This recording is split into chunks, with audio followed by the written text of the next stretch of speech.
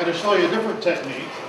I had promised to show one technique, but I guess I lied, because I thought, well, as long as I'm doing this, I might as well show one other technique. This is not a whole grain.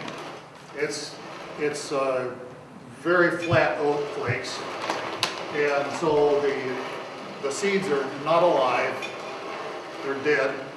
So it doesn't matter if I get rid of all the oxygen inside the container they're stored in. So I'm going to store this with a method that removes the oxygen from the bucket.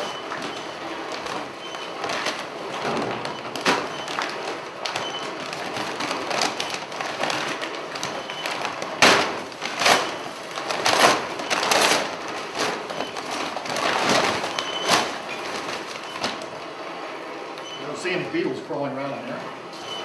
Okay, now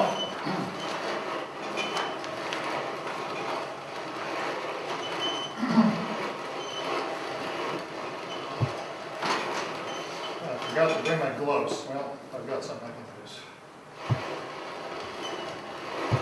This is dry ice. I just picked it up this afternoon.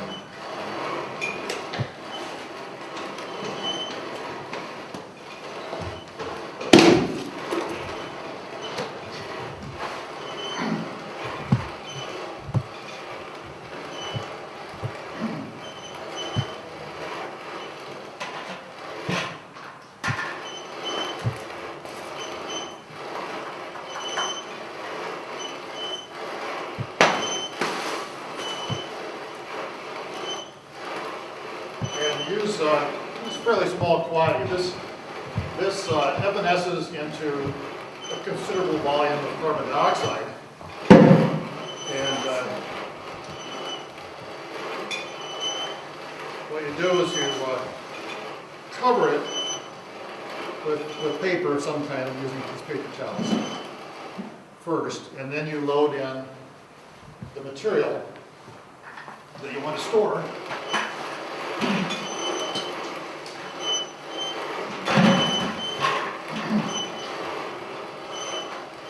I think I'll do that in here.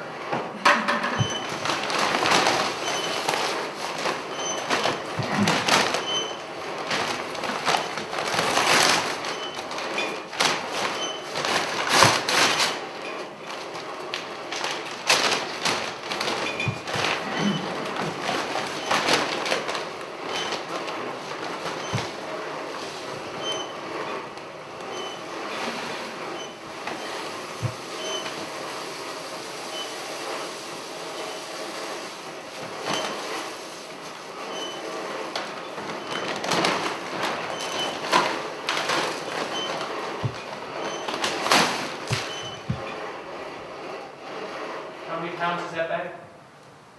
This bag is 50 pounds. 50 pounds. A lot bigger than the 50-pound bag of wheat. It's a lot more fluffy. Now, this lid is just going to be on there loosely. It has to let when the carbon dioxide volatilizes, the carbon dioxide is going to be heavier than the air in the bucket for a couple of reasons. I guess I can take this off. One, it's cold because it's just gone out of the solid phase into the gaseous phase. So it's got some of the coldness of the dry ice, which is very cold. It's minus, I forget what, minus 70 something.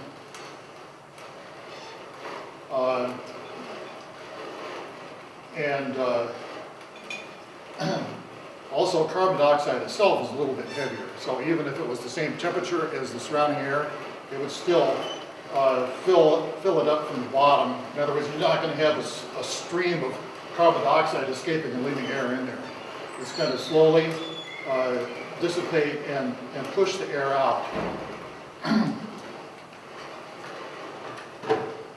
Do you ever snap the cover back down? Yeah, well, I may snap it down and just enough on one side so I can. How do you know when it's done? I don't really, but I'm sure that by tomorrow morning, I mean, the dry ice disappears pretty rapidly. I guess as a test, you could put the same size of dry ice you put in the bucket, you could put another piece of dry ice outside the bucket, when that melts. Right. Sure. So do you want to close it up relatively quickly after you think it's done to keep oxygen from getting back in? Or? Well, the oxygen won't get back in because the carbon dioxide is heavier. I mean, a little light, but basically, as long as you keep that bucket level, it's like having a bucket full of water, in a sense. If you don't, move the bucket around too much after it's all volatilized, then it will stay in the bucket. In fact, if I were to open that bucket and dip some out to use, then I would leave the bucket as still as possible. I have a bucket lid opener. I'll show that to you right here. This makes the job of taking the lid off the bucket a lot easier. These things are $4 at the drywall supply. I bought 10 of them because I figured I might run into people that would need one. So anyway, you can use that. If you're strong enough, you can pull it off with your hands, but that's the right tool to use.